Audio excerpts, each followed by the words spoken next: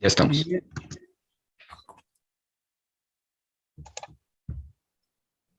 Bienvenidos a todos. Estamos ya en la etapa final de nuestro congreso y tenemos ahora la conferencia de clausura a cargo de nuestro colega y amigo Enrico Pasini, ya conocido por muchos de nosotros. Sin embargo, daré una breve semblanza de él.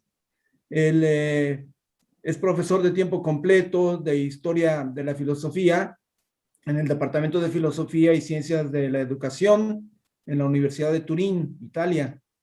También es profesor de Historia de la Ciencia y miembro del programa de doctorado en Ciencias de Datos y Modelos, también en Turín. Y actualmente está en una dispensa, fungiendo durante 4 años como director del Instituto per il Lessico Intelectual Europeo en la Historia de la Idea. Él nos va a hablar en inglés. El título de su conferencia es Leibniz's discontent with the cogito, el descontento de Leibniz con el cogito. Adelante, Enrico. Gracias, Alejandro. Colegas, queridas amigas y amigos, agradezco a los organizadores que me hayan invitado a concluir este congreso, que es un gran honor para mí. Pero hay un refrán que dice, bebe la copa amarga hasta las heces. Lo amargo en este caso es que no voy a hablar en un lenguaje de la red. Y pido disculpas por presentar mi ponencia en inglés, pero mi español, como todos saben, es limitado y mi portugués es nulo. Pero he participado en la red Iberoamericana Leibniz desde el principio y me alegro mucho de estar juntos hoy, aunque sea a distancia. El título de mi contribución es La insatisfacción de Leibniz con el cogito, es en inglés, y comparto mi video. ¿Se puede ver? Can you see my presentation? Sì, Yes. se ve bien. Va Bien. bene. Okay, grazie, Concha. Leibniz's dissatisfaction with the cogito. So, cogito, I'm using it as a nickname, as a shorthand, both for a philosophical tool or a philosophical trick introduced by Descartes, and for a kind of self-experience that is embedded in this philosophical trick. I say this also because I'm trying to avoid certain pitfalls of current discussion of what the quotes cogito is or is not. So in both cases, it should be able to provide one with certainty and maybe knowledge of the existence of the cogitans. And at the same time, it provides or should be able to provide a kind of prototype of any truth. So something that is similar in role to the future maître étalon in Sèvres. So an example that you can look at and you know what a meter is, an example at which you can look and you know how a truth is, because the situation in which you are in front of that first proposition can be compared with the situation in which you are in front of any other proposition. And if it's the same, that subsequent proposition is true. Its formal nature, that's what I was alluding to, was disputed at the time, but it is still in a way undecided. Of course, the formal nature is not the content. It's interesting that everyone, at least at the time, seems to be happy with the content of what Descartes proposes as the cogito, or what we call cogito, because it's obvious and because it's Augustine. And Augustine is a philosophical trump card in the debates of that century. So when you say this thing is in Augustine, you are almost certain that your opponents are in trouble in some way. So formally, cogito can be considered as an implication. So the utterance of the phrase, the proposition that is normally connected with this idea, cogito ergo sum, implies existence, or not as an implication, but as an inference. So I say, since thinking requires existing, then I think, and so on, which are simply a more intuitive and a more demonstrative way of presenting the same logical connection. It has been interpreted as a form of assent to something. I cannot but assent to the inference or pseudo-inference that is contained in that utterance, and even as a sort of formal demonstration of course, a private but reproducible kind. All these nuances try to get around the fact that when confronted with Descartes' argument, one is often tempted to think of it as a demonstration, but sees clearly that it cannot really be a demonstration. And this is the subject of so many discussions that we won't delve into. Another form of it is that the cogito would be an apagogical argument, tacitly, because in the explicit form, there's no apagogical content, but it is accompanied by some sort of question like, could you rationally maintain its opposite, and so on. One of the best interpretations of this philosophical trick tries completely to avoid this kind of problems, and is in a way important for what I'm going to articulate about Leibniz's position toward this, and is the interpretation as cogito as a performance. There is a sort of existential inconsistency, and this existential inconsistency is not analyzed, but is performed by the person that, according to the instructions in Descartes' Meditations, utters a certain proposition, and so understands that it may be the case that I do not exist is inconsistent with the existence of the very I that is uttering the sentence, and necessarily this I is brought to solve the inconsistency in her or his own favor. So to keep one's existence and to get away with the inconsistency. Then again, also in this case, there's some inference to be drawn afterwards. And this inference is something like, what is the use of this? And so in the end, in all these cases, when one arrives at this step, which is pretty inevitable, the stress is always, I quote here, or in a way I quote here from what Pope said of Shakespeare, the stress is always on the gain rather than on the glory. One interesting aspect is that Leibniz is apparently dissatisfied with both formal aspects and the content of the principle. Why is this? And this is my starting point after this short introduction. Is it the notion of existence as such? We know that he has certain ideas on the notion of existence that differ completely with Descartes' own, yet he never mentions this aspect when he's tackling Descartes' position on the cogito as the fundamental principle of human knowledge. Is this the fact or the content of the experience? We'll see that this has an important role.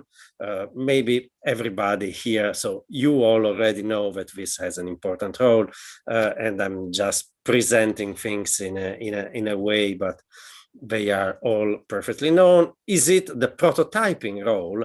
This is well known. This is undoubtedly among the reasons that Leibniz says contra Descartes on this subject. So this idea that there is some role as a primitive in human knowledge for that proposition that Descartes presents. He writes, for what concerns primitive truths of fact, these are the immediate internal experiences of some identification in sentiment, in sensation. And this is the true place of St. Augustine's or the Cartesian's first truth. I think, so I am. But which means I am a thinking thing or a thinking substance. But we must know that in the same way as logical first truths, so identical truths are either general or particular, and in both cases they are perfectly clear. It's the same thing as to say A is A, or to say a thing is the same thing that it is. Also for the first truths of fact, the particular ones are clear as much as the general ones. So it's perfectly clear to me that I think, but it is also perfectly clear to me this other, more particular maybe, or as particular as the first one, truth of fact, that I have different thoughts. That sometimes I think A and sometimes I think B.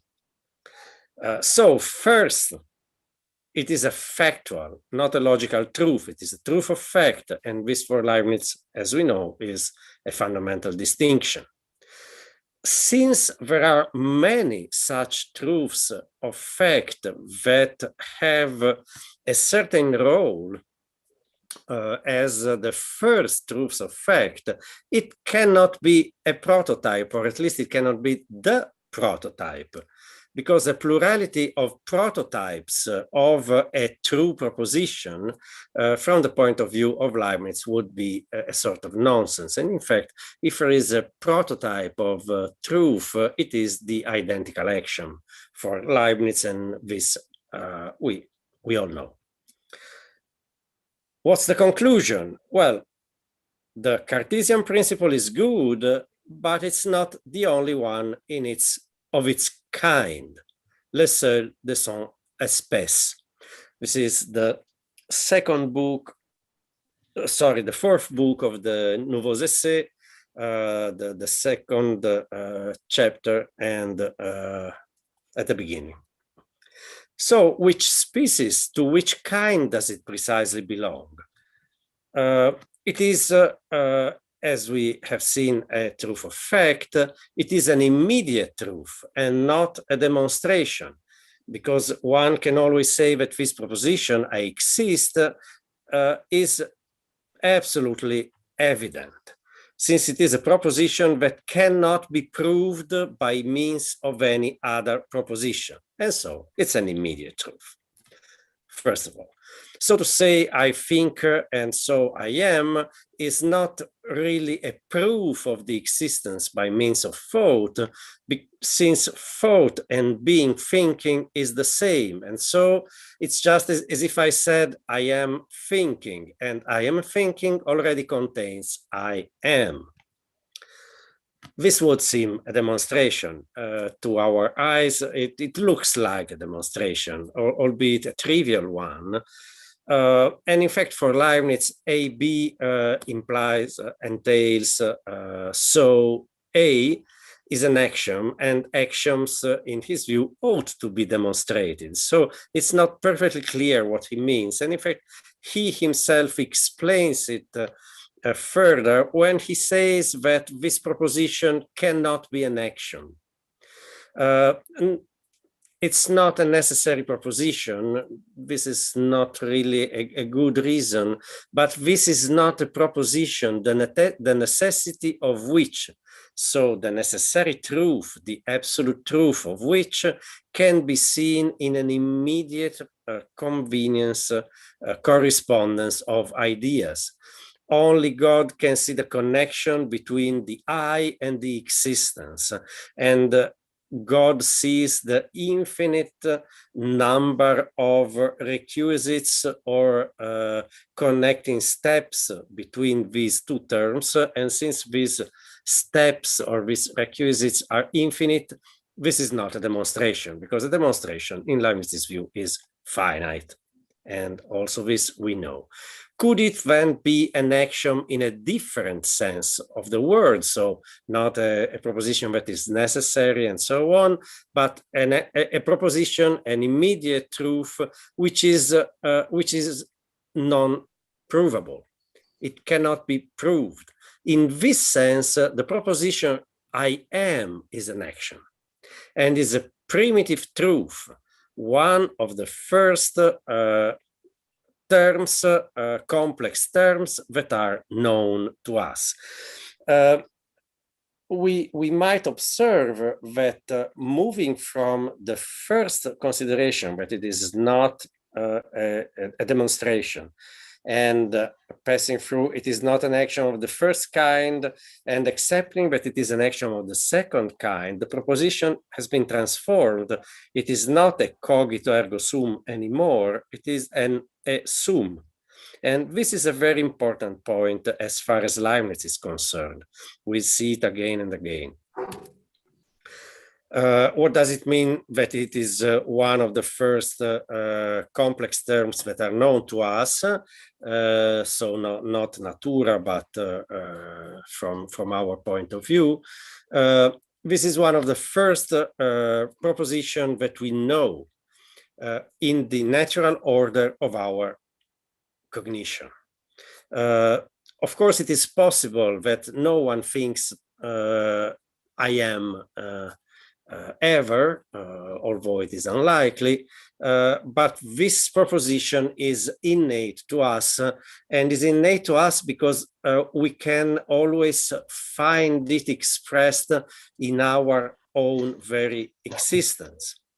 So we are prepared, we have the innate disposition to find out and express this proposition. So to summarize, up to now, we are in the fourth book on knowledge of the new essays, and we have found that it is maybe an axiom of the second kind.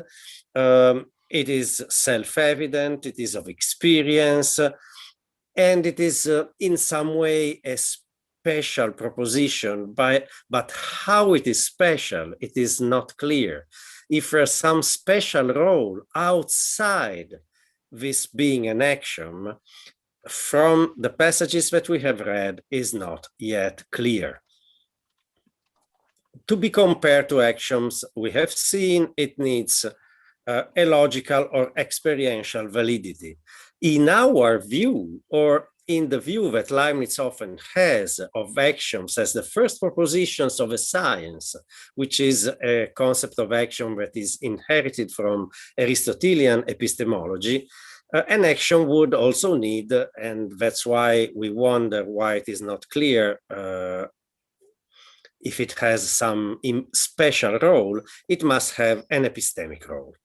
If it has no epistemic role, it is in a way insignificant to say that it is an axiom.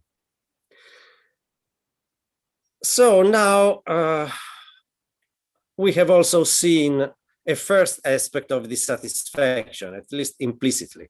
It is not really the cogito, it is enough to say sum, I am. This is a strong blow to Descartes' approach. So let's travel some years back from the Nouveaux Essais and look for the original dissatisfaction, so the original expression of this dissatisfaction. So not only that this is nothing special as it seems, but indeed it might be the wrong proposition.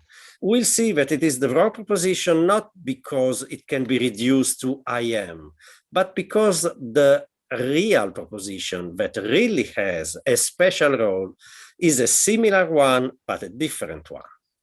So if we are looking for a proposition that has that place and that role, we see that it is another one. Verse writing where he says there are two first principles, one based on reason. Identical truths are valid. Identica sunt vera means identical propositions are true, and contradictory propositions are false. And there's another first principle, and this is the first principle based on experience, as we have seen, but it is not the fact that I exist, but that I perceive different things. There is this varia, which implies something like things or like objects or things. And it is impossible to demonstrate that they are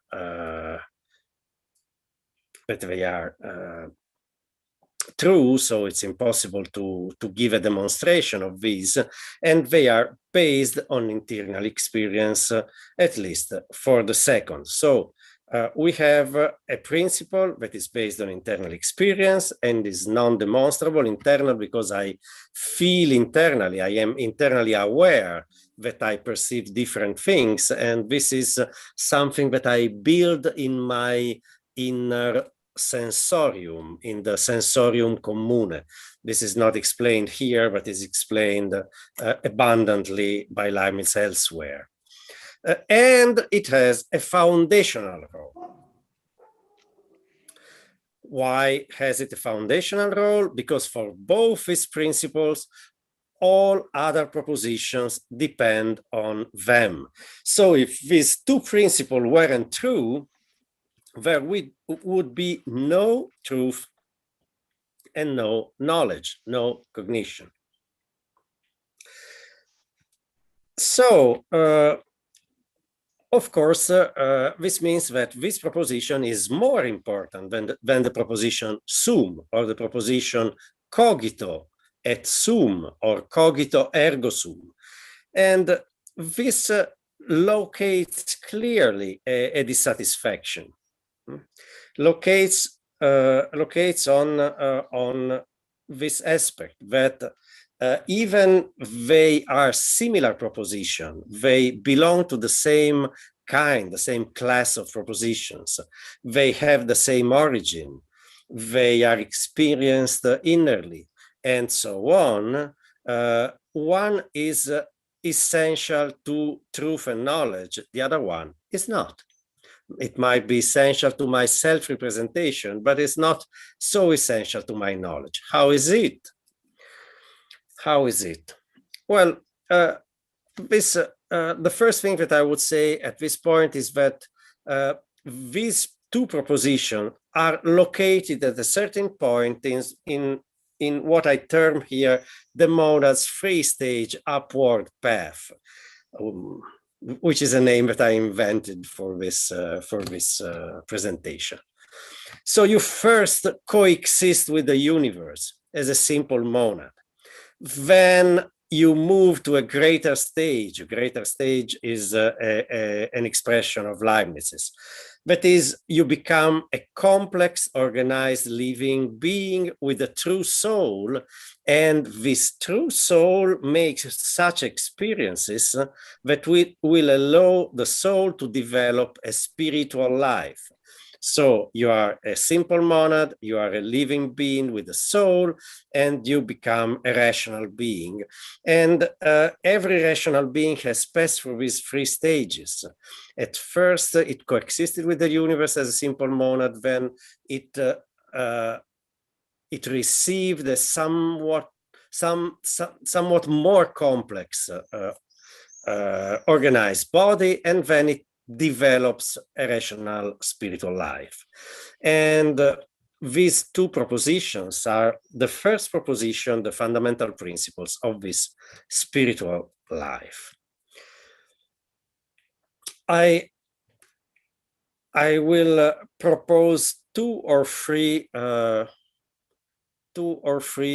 comments on this. The first one is that it seems to me that there are two axes related to this question. So what Kiyoshi Sakai has called in a nice paper of his, Die Frage nach dem wahren Selbst. So the question of the true self. The first axis is, the first aspect is that you have always been there.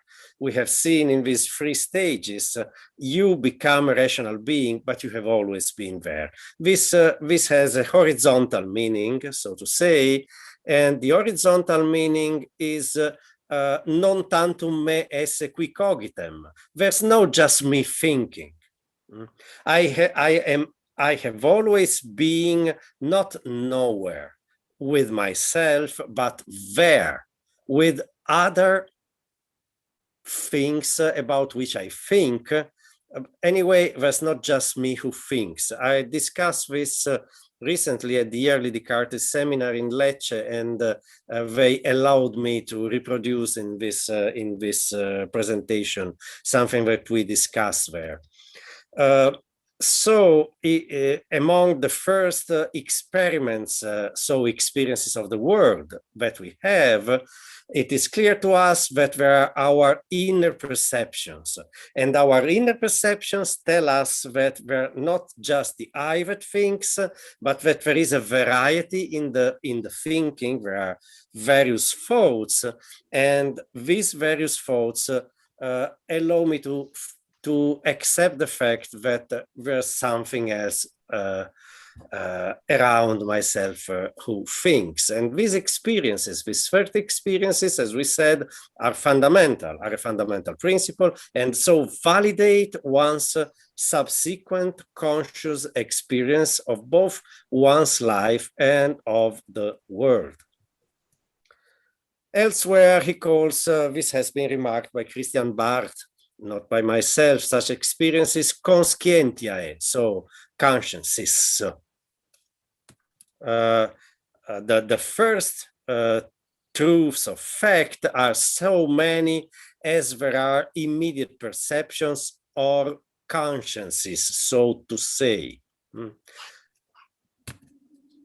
So I perceive in myself not only that there's my self-thinking, but that there are many differences in my thinkings, in my thoughts.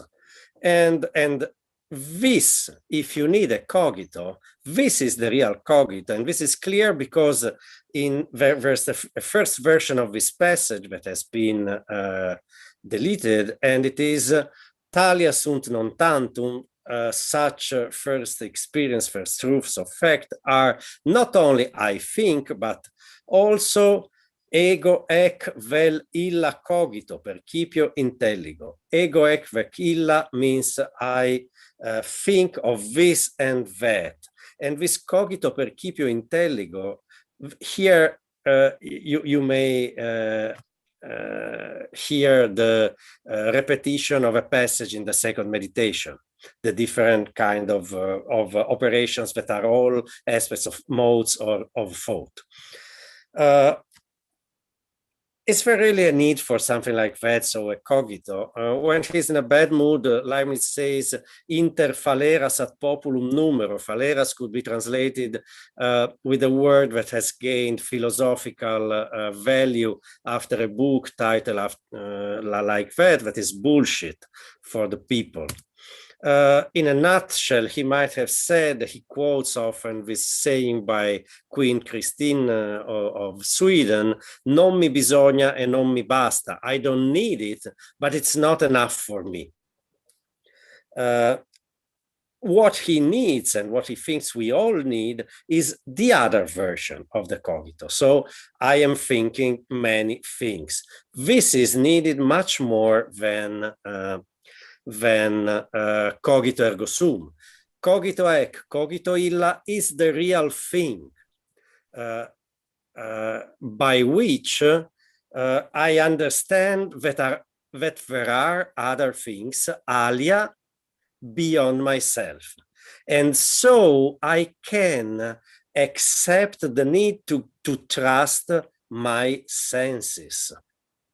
And so this is why it is the starting point, the first principle of every other truth of fact, of every other knowledge building on those first two principles. This is a very famous writing, in fact, of the years 90s. And I think this is the first treatment of Leibniz's dissatisfaction with the cogito. And we clearly see this horizontal aspect of the necessity to go beyond Descartes' first proposition. With this cogito multa principle, which is not the cogito principle, you are in the world and at home in it because you trust your senses. And so you do not even need, I would say, the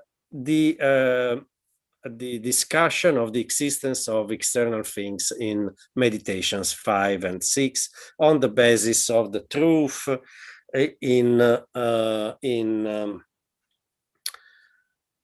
in your own inner sense of truth that is discussed in the fourth one.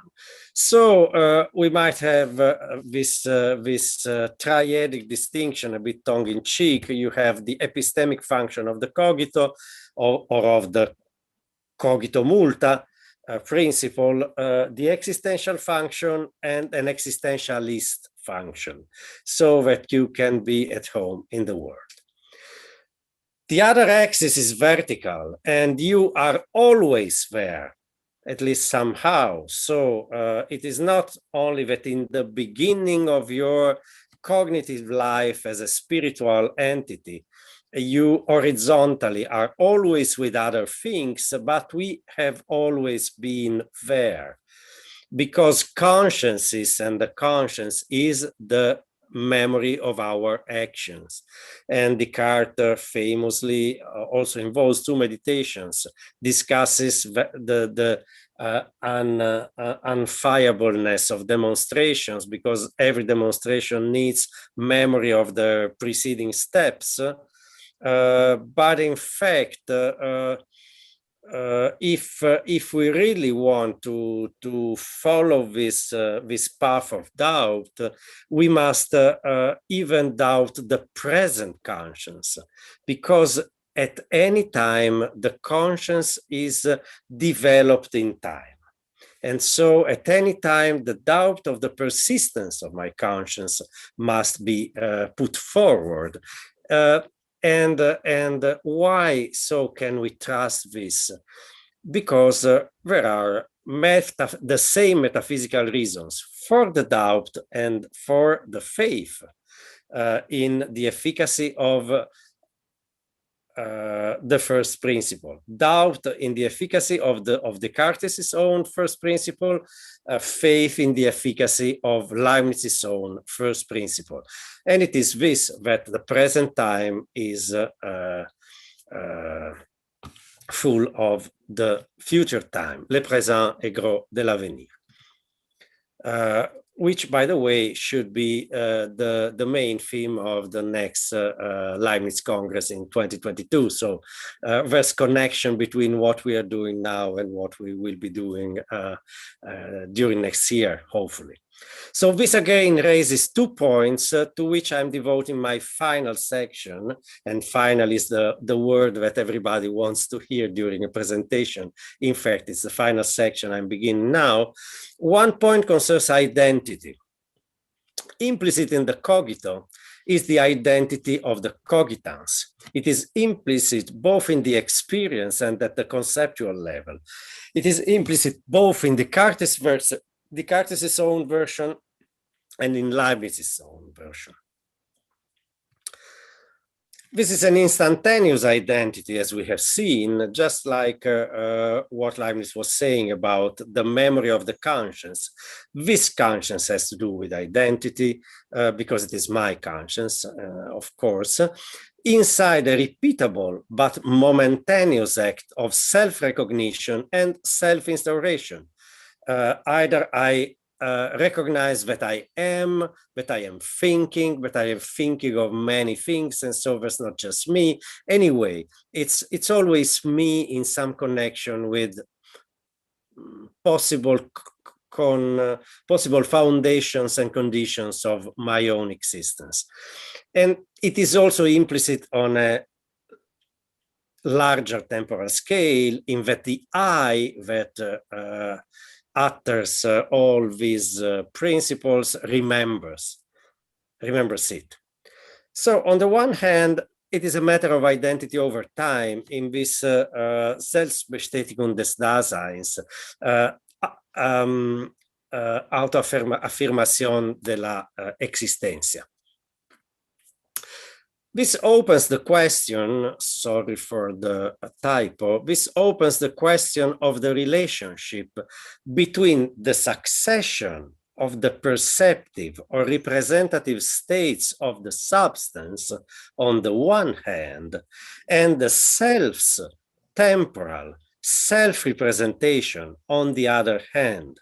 It's something that, in my view, in my understanding, Leibniz locates first only in later writings. So I have discussed this some years ago concerning the Principe de la Nature et de la Grâce, in which it seems to me between Bose and the monadology, this question emerges: the relationship between the perception of the self, of the substance, and the perceptions of the substance as the substance, where one is the province of the other, but the way in which it is a province of the other is difficult to make clear, and the problem becomes separate to Leibniz most likely while presenting the petite perception, which are liminary between those two aspects in the Nouveaux Essais and in the Principe de la Nature et de la Grâce. So this identity in the self-representation of the self is a part of one's conscious spiritual life, as we said. And so in a way, this is the better way I could express it. It has to do with the accessibility to the self in first-person mode to a portion of the self's own representations as a substance, so in substance mode. This is something that we know very well in a much simpler way. Your substance has representations of the life on remote stars, and the life of people in India becoming dead, and so of other people in Great Britain becoming a widow, even if you don't know them in your conscious life, in your life as a rational being. Sometimes those things move from this more near portion of your representation, the portion that you are aware of, and this can happen because you go to England and you know that widow, you meet her, or you make a Zoom call with that widow, and this has been represented by your substance even before it became conscious as something that would become conscious to you. So there's permeability.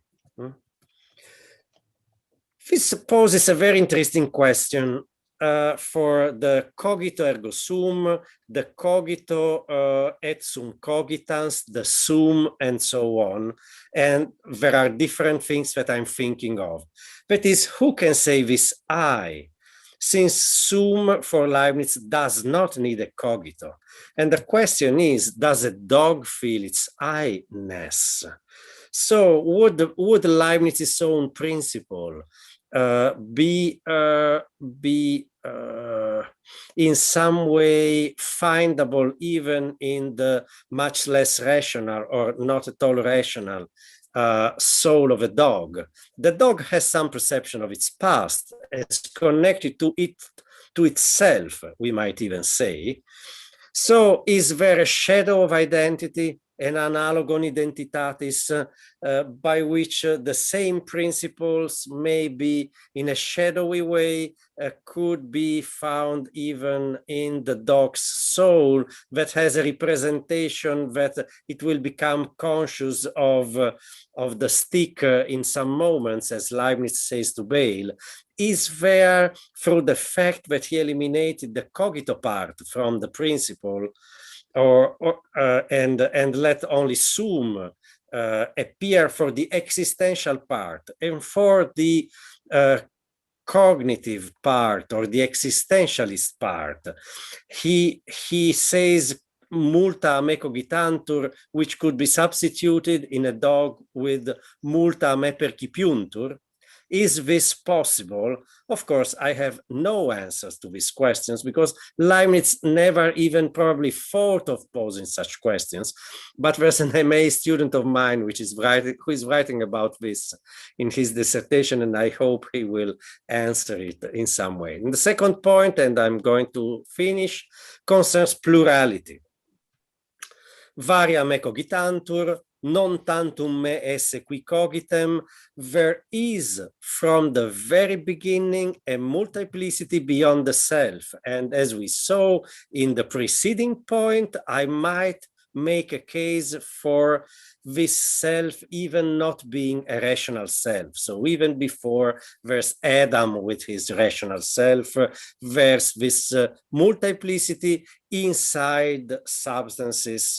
So Saint Teresa's image of being alone with God in the universe is moving, even inspiring, as Leibniz says, but is untrue. This idea has its roots in an idea of abundance. Everybody knows this about Leibniz, of more perfection.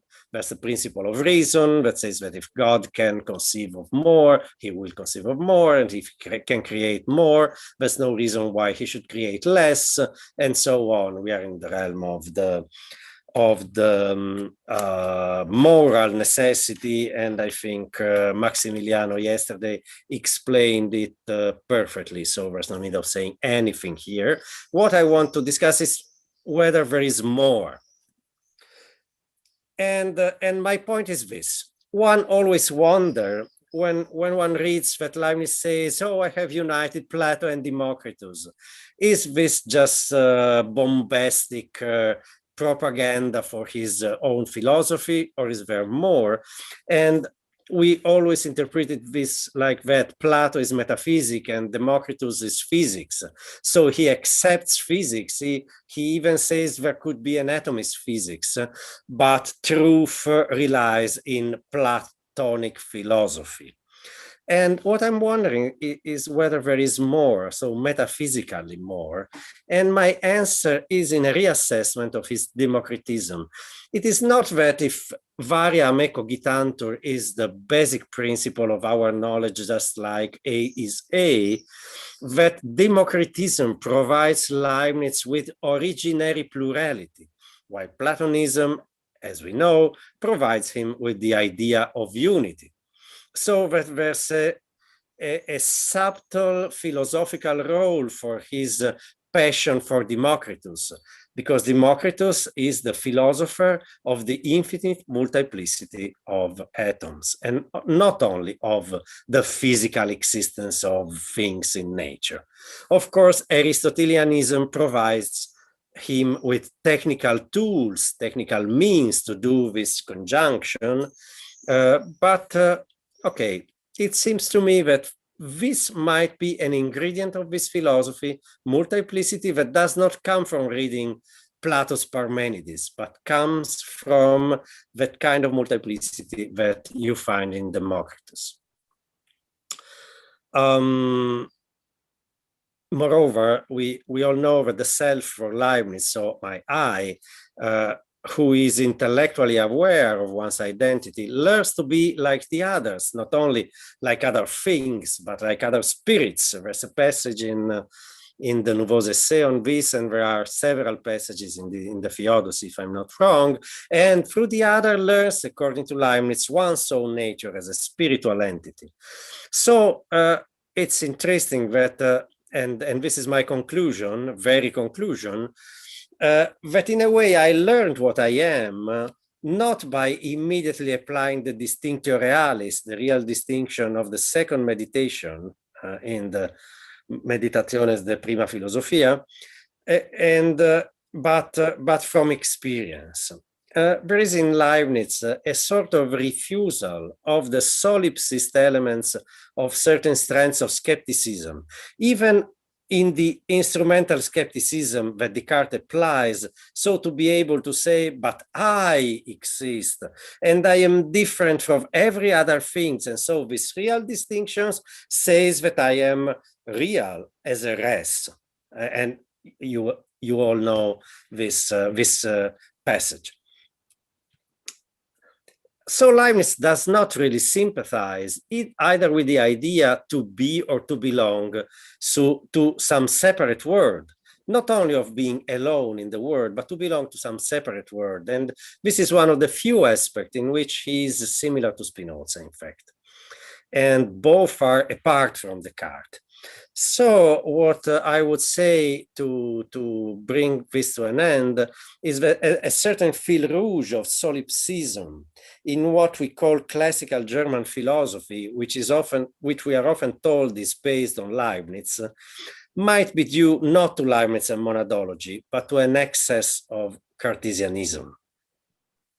And gracias por vuestra atención. Thank you for your attention. I hope it had some sense overall.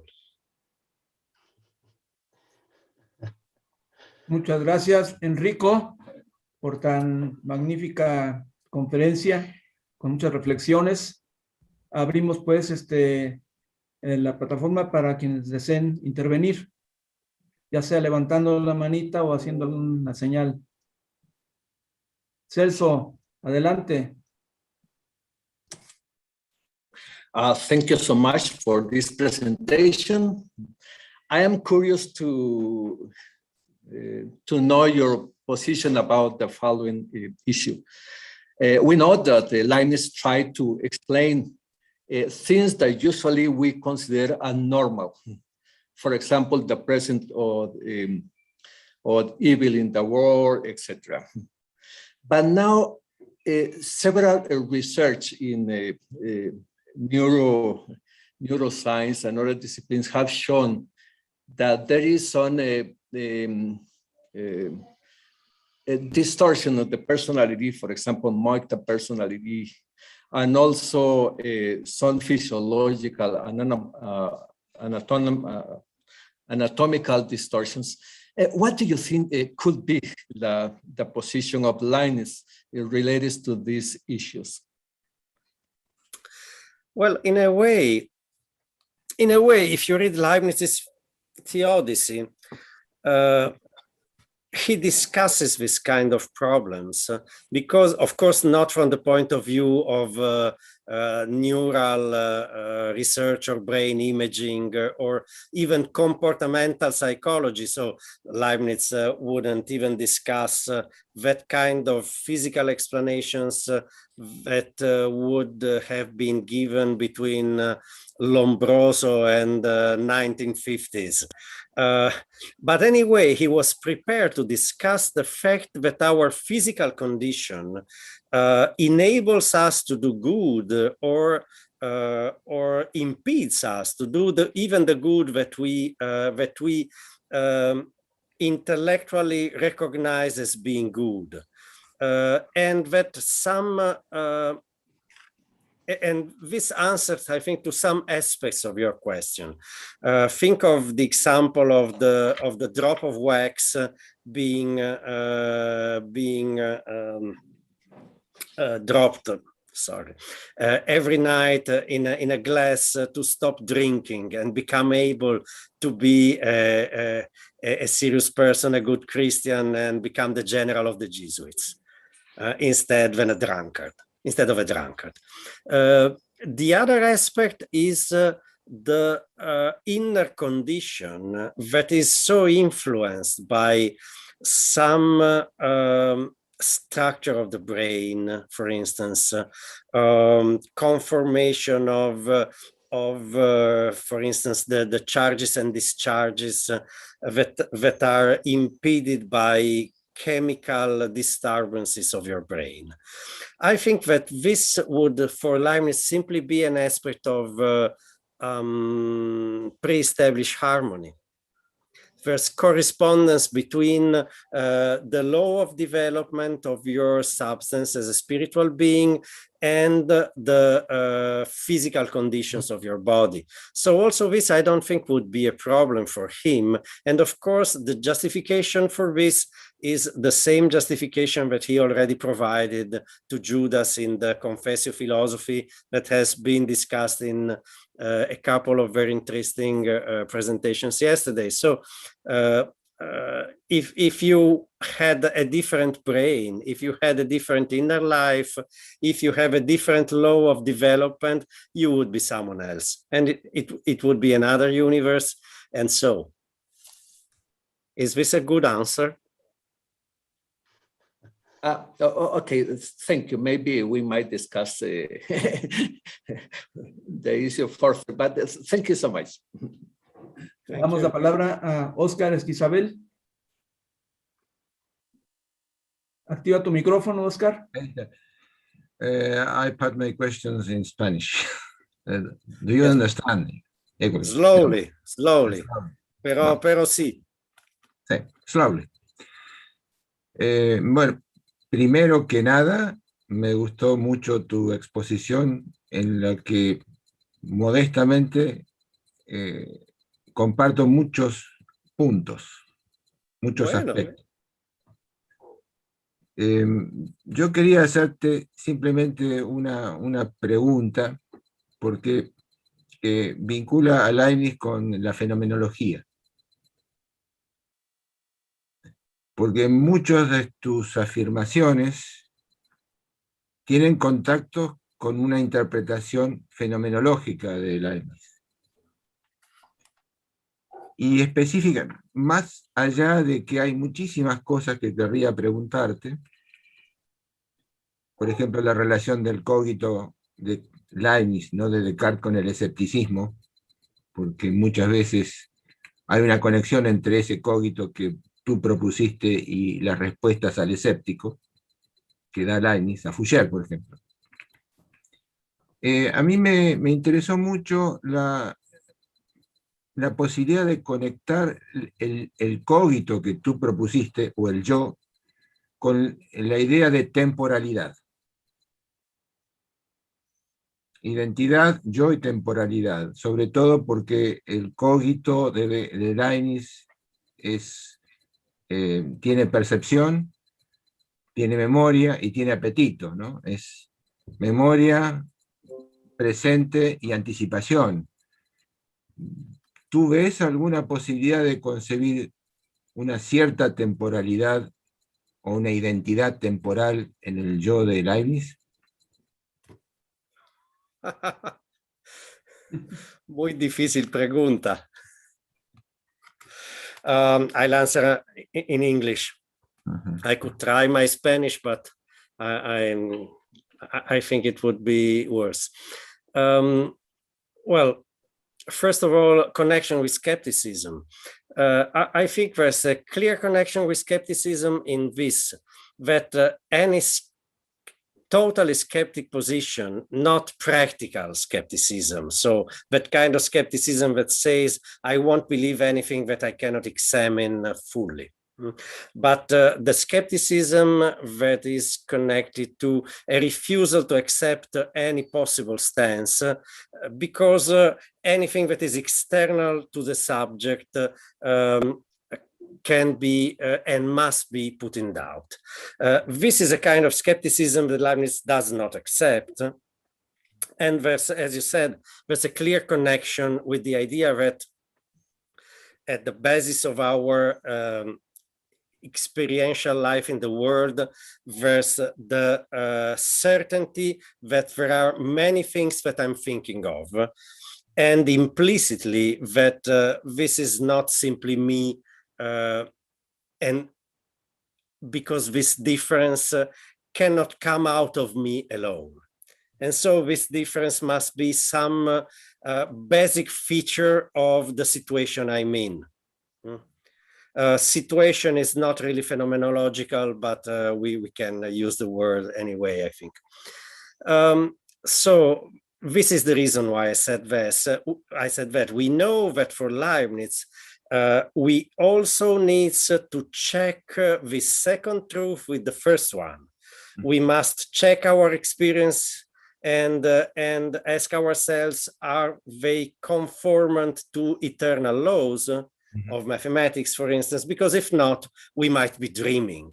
But we know that dreaming is simply another part of our experience in this world of more things than I.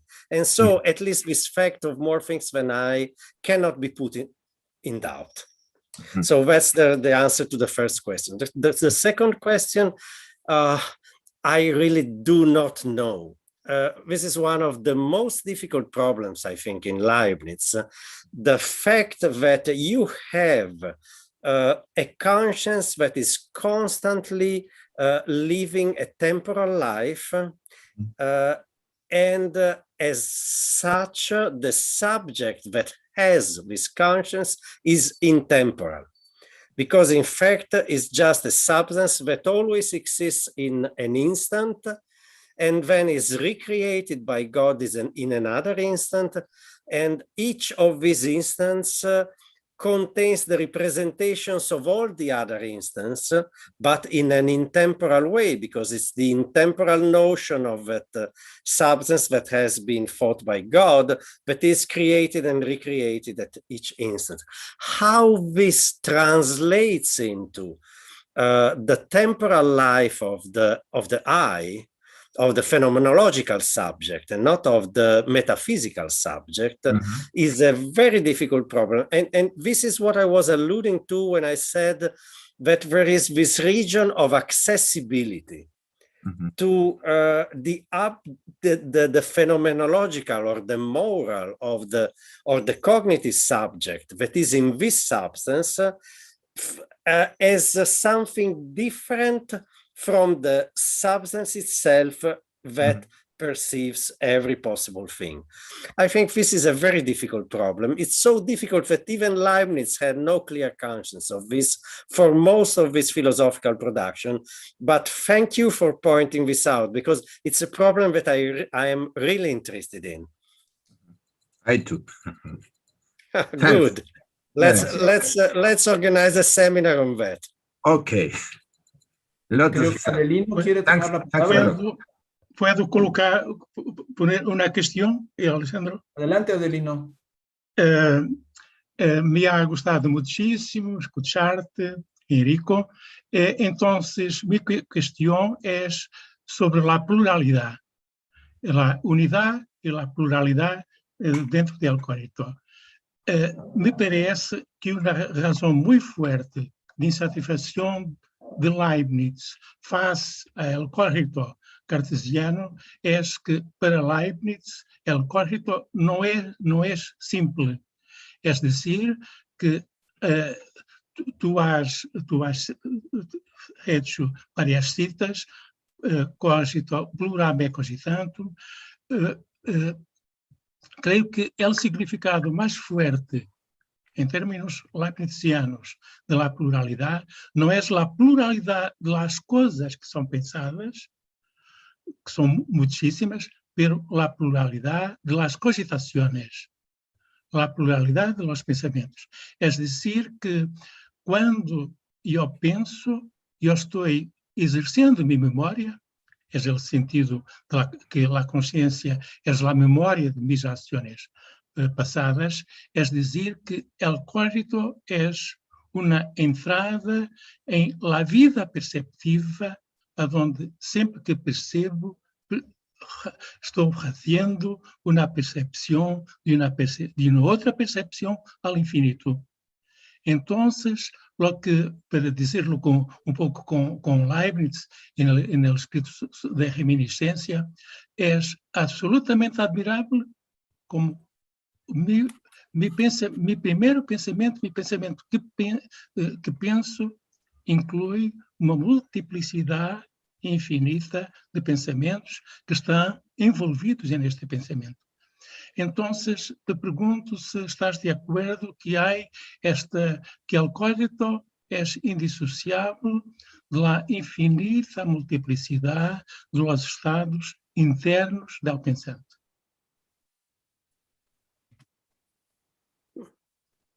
I agree. Comparto todo lo que tú has argumentado. No, I agree perfectly. I would say there's an intermediate level at which we are not necessarily aware of the fact that there is this infinity. We simply know that there are different things that we are thinking. That brings us back to the problem that Oscar raised. But for the substance, it is always like you said. And so for when the cogito is proposed as a metaphysical principle, as you said, it leaves outside everything that is important for the metaphysical character of Leibniz's substances. And so it is insufficient in that sense. Yes, I agree. Obrigado. ¿Alguien más desea intervenir? Bueno, mientras se deciden. Roberto. Adelante, Roberto. Thank you, Enrico, for your excellent conference. I have many doubts about this topic and a great interest about it, because it's also related with the topic of with the problem of personal identity.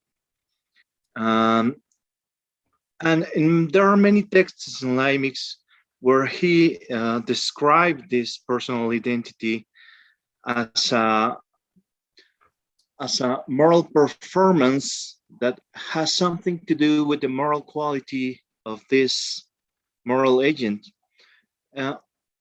What it will be the relation between this, the notion that of cogito that you described in your conference, with this moral quality of the person? Well, Leibniz's idea is that the connection to the moral quality is through memory. There must be a certainty in you that you are the same person that did disreputable actions with the chicken, for you to be accountable for that. And so without memory, there's this discussion in the second book of the New Essays that is very clear. He objects to Locke that not only there's a personal identity, which is important in metaphysical terms because the soul-like quality of our identity requires some more that's simply the memory. But on the other hand, without the memory, there's no continuity that grants moral obligations.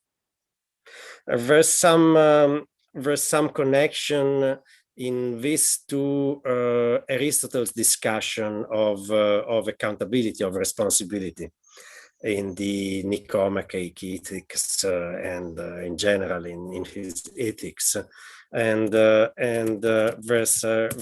are interesting aspects in the way Leibniz adapts Aristotle's position to his own idea that is on some aspects similar to Aristotle's, but on other aspects totally incompatible with him.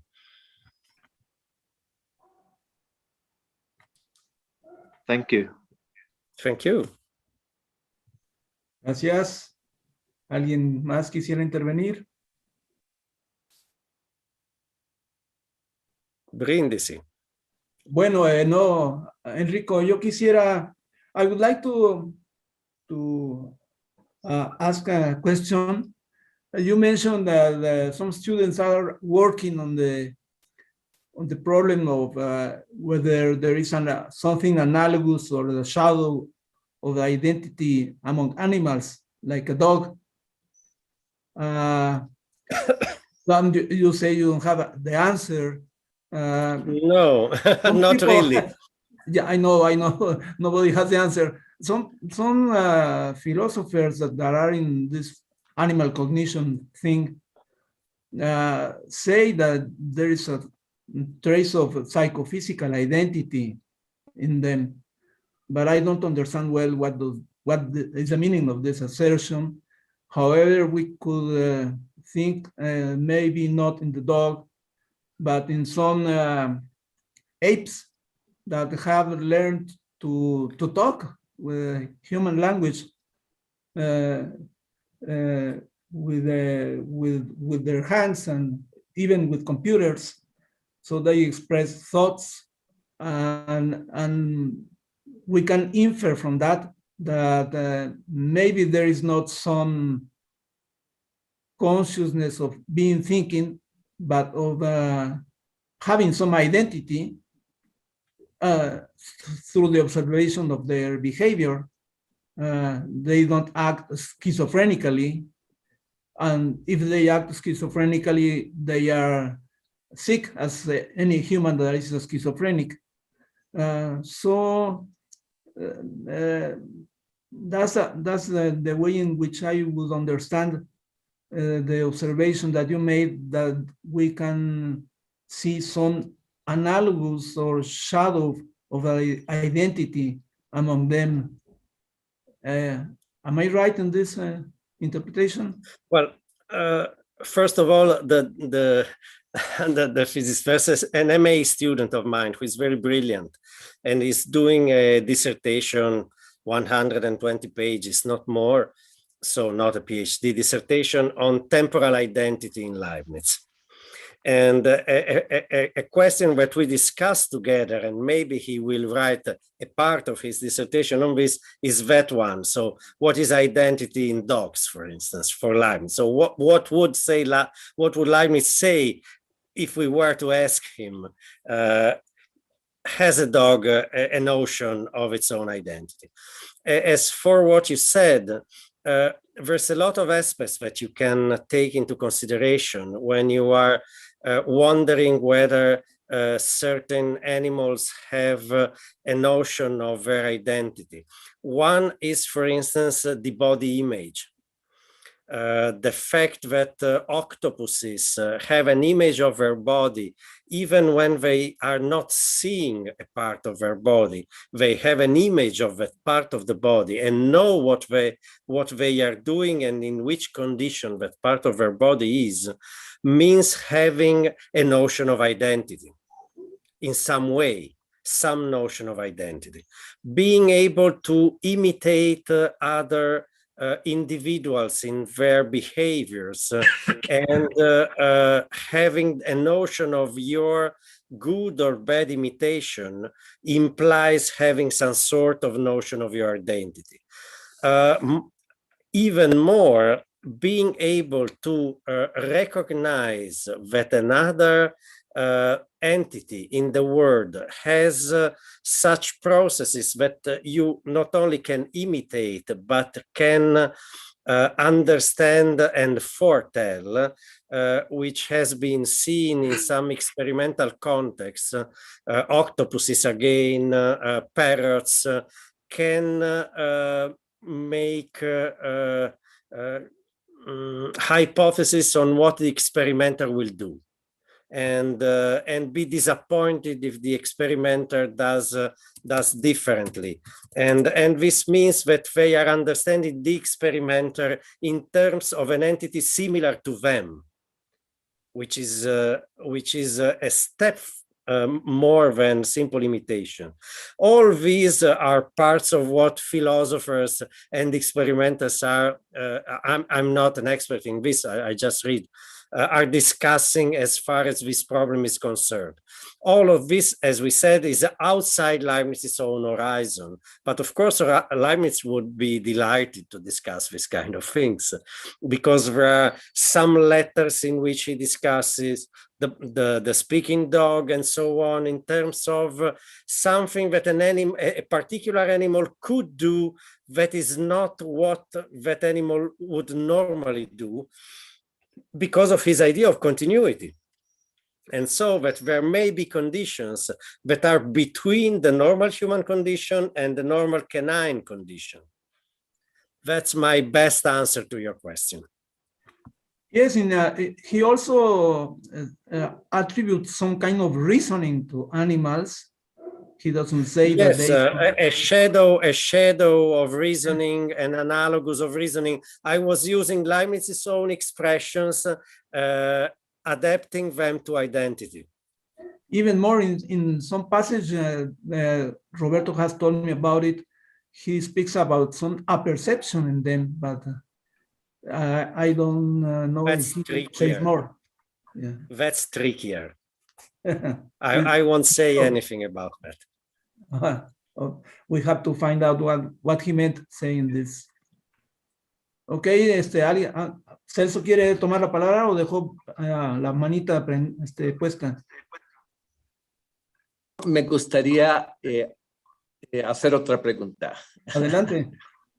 Yeah, to connect memory with identity on time, I think pose some problems. One of them is when you have to attribute a responsibility, for example, for 8 drunk people that cause an event and produce some casualties, for example. How can we say that he is responsible for his act if he was not aware of what he was doing? Yeah, the best discussion on this, as I said before, is in Aristotle's Nicomachean and Ethics. But Leibniz has a more complicated position because, of course, when you are Christian, you have some sort of imputability that does not depend completely on your awareness on this. Whereas in both cases, an important aspect is the sentiment of shame that you may have. I wrote a paper on Leibniz's stance on this, and if you want, I can send you the paper, so we may go on with this discussion. Sure, thank you. ¿Alguien más desea tomar la palabra?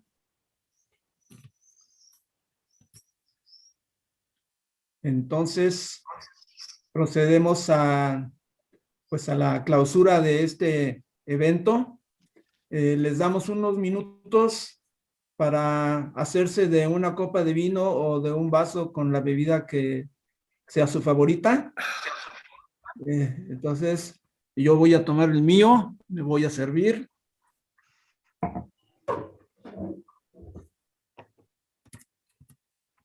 Y luego diremos algunas palabras.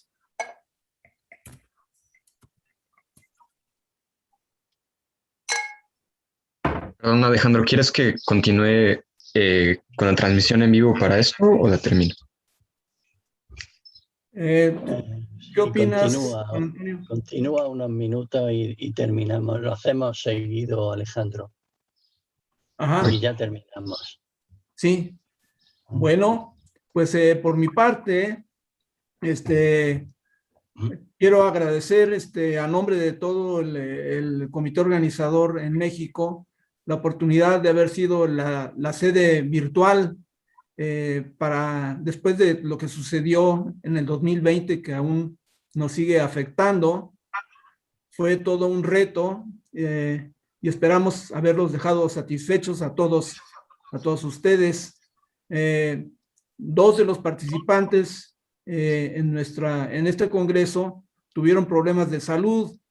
Carlos Zorrilla tuvo un problema relacionado con la pandemia, con COVID-19, y Víctor Manuel Hernández tuvo que ausentarse también debido a una operación que tenía programada en otro momento, pero tuvo que ser en ese día. Entonces ellos no estuvieron con nosotros, pero les expresamos nuestra solidaridad y nuestros deseos por una pronta recuperación. Damos un agradecimiento efusivo al equipo técnico, con Gustavo y sus ayudantes que nos auxiliaron, apoyando la transmisión de todas las sesiones. Y esperamos que todos ustedes pues hayan tenido una experiencia intelectualmente enriquecedora en el diálogo con sus pares. Desde México, en el ciberespacio, les enviamos a todos y cada uno abrazos con todo nuestro corazón y nuestros mejores deseos por la continuación de los estudios leibnizianos en la red de la que formamos parte. Entonces, salud, y Juan Antonio también dirá algunas palabras. Salud. Prost. Sí. Salud. Salud. Salud. Salud. Bueno, ya Salud. solamente un par de palabras para terminar el Congreso. Hemos llegado hasta el final. Todo ha funcionado bien. El programa que había planteado se ha cumplido a rajatabla, y las incidencias que ha habido se han podido resolver sin gran dificultad, y por lo tanto pues yo creo que tenemos que felicitarnos, tenemos que estar contentos, porque los objetivos que nos planteamos hace 4 años cuando empezamos a organizar este congreso, pues aquí hoy acaban cumpliéndose, y por lo tanto debemos de estar contentos.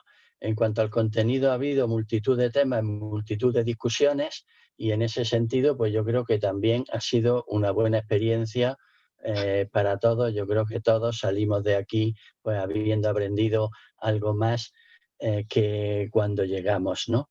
Y por lo tanto, pues creo que en conjunto el balance de toda esta experiencia del Congreso pues es muy positivo, y pues terminará de completarse con la publicación de las actas de este Congreso. Quiero dar las gracias pues a Enrico Pasini, que ha tenido la amabilidad de hacer pues un esfuerzo especial de trabajo y de idioma y demás por estar aquí con nosotros. Se lo agradezco muy particularmente. A Adelino Cardoso, que quiso hacer también la conferencia inaugural, y también eso supone pues un esfuerzo especial, también se lo agradezco de manera especial. Y a los casi 100 ponentes que ha habido, pues que todos han tenido voluntad de colaboración, y pues todo el mundo ha cumplido con su compromiso y con aquello que tenía que hacer dentro del Congreso. Por lo tanto, gracias a todos los ponentes, a los participantes que no han hecho ponencias. Ha habido ponentes de América, de Europa, incluso de Japón. Pues a todos muchas gracias. Queremos continuar con esta experiencia colectiva que es la red iberoamericana Leibniz. Enviaremos la próxima semana un certificado de asistencia y de presentación de ponencias a todos los participantes, y pues las actas se publicarán, una selección de las ponencias, y de plazo hay hasta el 30 de septiembre para enviar los textos. Esto ya lo mandaremos en un mensaje pues la próxima semana a todos los ponentes, exactamente las condiciones y los plazos y demás para que recibamos el texto de cada uno. Gracias también de manera especial a Gustavo, que ha hecho que todo esto funcione, y los ayudantes que ha tenido. Todo ha funcionado muy bien, lo cual, dadas las condiciones técnicas que solemos tener, pues siempre es previsible que haya algún fallo y en este caso todo ha funcionado muy bien, las 4 salas simultáneamente y por lo tanto pues gracias a Gustavo y a sus ayudantes y nada más. Un brindis porque pues esta experiencia colectiva que llamamos Red Iberoamericana Leibniz pues siga creciendo y siga consolidándose tanto en el aspecto de las relaciones personales como en el de la producción filosófica. Bravo, Nos salud. vemos ¡Viva! en el 2024. Salud, salud.